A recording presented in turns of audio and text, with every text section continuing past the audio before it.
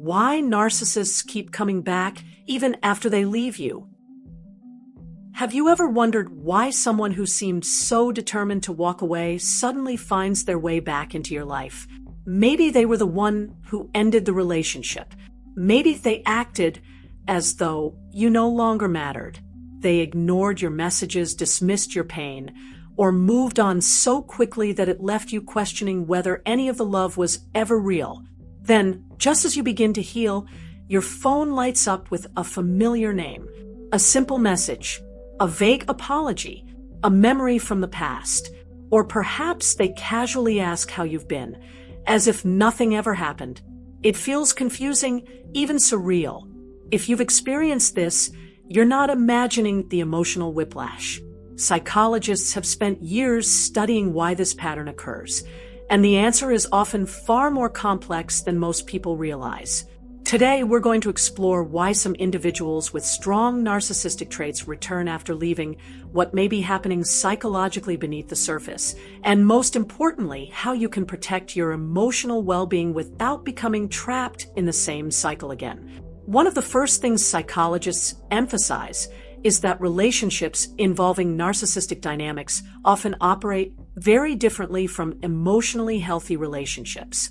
According to Doctor Ramani Durvasula, many people with pronounced narcissistic traits experience relationships primarily through the lens of validation, control, admiration, and emotional regulation rather than mutual vulnerability and emotional intimacy. This does not mean every individual with narcissistic traits behaves identically, nor does it mean every relationship follows the same path. Human behavior is always more nuanced than labels alone can describe. However, understanding these psychological patterns can help explain why someone who seemed emotionally detached may unexpectedly reappear after months or even years of silence. For the person who was left behind, the return can reopen wounds that were finally beginning to heal. You may find yourself asking questions that seem impossible to answer. Why now? Have they really changed? Do they finally realize what they lost? These questions are completely understandable because emotionally manipulative relationships often leave people searching for closure. During the relationship, communication may have been inconsistent, affection unpredictable, and accountability rare. As a result, the brain naturally continues searching for meaning long after the relationship ends. Trauma specialists explain that unresolved emotional experiences create what psychologists call an open emotional loop, where the mind repeatedly revisits painful memories in an attempt to make sense of them. This is one reason why hearing from the narcissist again can feel so emotionally overwhelming. The message itself is rarely the most powerful part. Instead, it is what the message awakens inside you. Suddenly, memories return. Hope resurfaces. Anxiety increases. The emotional progress you worked so hard to build begins feeling uncertain again. According to Dr. David Hawkins, unresolved emotional attachments often remain active beneath conscious awareness until they are fully processed. This is why even a brief interaction can trigger emotions that seem much larger than the situation itself. Your nervous system is not simply responding to a text message. It is responding to the emotional history connected to that person. Many survivors mistakenly believe that the narcissist's return automatically means genuine regret or emotional transformation. While meaningful personal growth is certainly possible for anyone willing to engage in honest self-reflection and long-term therapeutic work, psychologists encourage people to distinguish between temporary emotional reactions and sustained behavioral change. Genuine change is demonstrated consistently over time through accountability, empathy, respect for boundaries, and responsibility for one's actions, not simply through promises or emotional conversations after periods of distance. So why do narcissists often come back? One important psychological explanation involves external validation. Dr. Ramani frequently explains that individuals with strong narcissistic tendencies may rely heavily on outside sources of admiration and attention to stabilize their internal sense of self. When those external sources become unavailable or less satisfying, they may seek familiar relationships that once provided emotional reinforcement. This is not necessarily a fully conscious decision. In many cases, these patterns become deeply ingrained ways of regulating emotional discomfort. Returning to someone from the past can temporarily restore feelings of influence, familiarity, or emotional certainty without requiring genuine emotional vulnerability. Another important factor involves unfinished psychological control. Healthy relationships allow both individuals to develop independence while remaining emotionally connected. In contrast, relationships involving significant emotional manipulation often become organized around control rather than mutual growth. When the other person begins moving forward independently, rebuilding confidence, or creating a fulfilling life without them, that shift can feel deeply unsettling. Psychologists describe this as a disruption of an established relational pattern.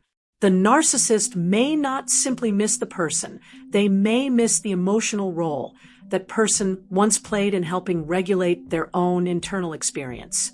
This helps explain why many survivors notice an interesting pattern. The narcissist often reappears when they finally seem happy again. Perhaps you've started dating someone new. Maybe you've stopped checking their social media. Maybe you've become emotionally calmer and less reactive. Ironically, it is often your emotional independence, not your suffering, that captures their attention. Your healing changes the psychological dynamic.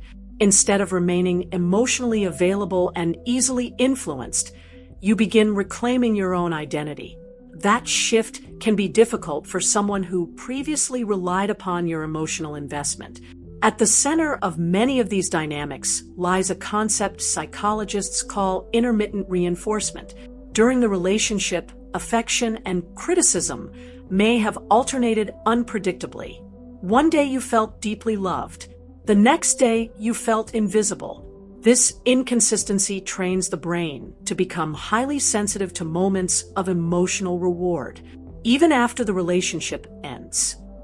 Your nervous system may continue hoping that the loving version of the relationship will return permanently. Unfortunately, when the narcissist reaches out again, that hope can become reactivated before logic has time to intervene. This is why it is so important to understand that emotional intensity is not the same thing as emotional safety. A heartfelt apology may feel comforting. A nostalgic conversation may awaken old feelings. But psychologists consistently encourage survivors to evaluate long-term behavioral patterns rather than isolated emotional moments. Ask yourself difficult but honest questions. Have they accepted responsibility without blaming you? Have they consistently respected your boundaries? Have their actions changed over many months? Or are they simply saying what you long to hear? Real healing depends upon learning to trust consistent behavior more than temporary emotional experiences. In many situations involving narcissistic traits, survivors also struggle with lingering self-doubt.